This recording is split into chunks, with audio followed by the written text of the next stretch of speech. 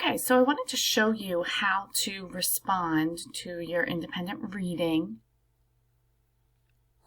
choice boxes. So you'll see on your sheet you have a choice box at the top, and you need to do 4. You can do 4 across, you can do 4 on the diagonal, or you can do 4 down. You'll see that some of them repeat. So we have a quote activity, we have a character change activity, a setting activity, a song activity, a timeline activity, lessons learned activity, and a theme activity. So you will see that some of the choices are new and some of them repeat.